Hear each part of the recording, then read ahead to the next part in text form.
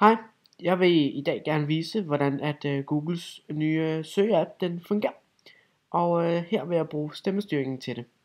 Så jeg vil prøve at se om hvordan vejret det bliver.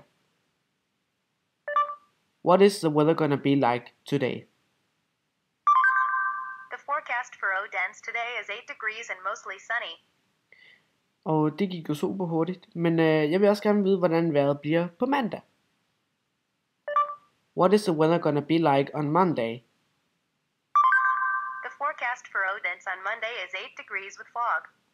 Og som man kan se, så går det jo enormt hurtigt. Det går meget hurtigt end Siri, som er Apples egen, og det her det bliver faktisk testet på en iPhone 3GS, som faktisk ikke engang har Siri. Jeg vil også gerne prøve at finde ud af, hvem Danmarks statsminister er, så det prøver vi lige.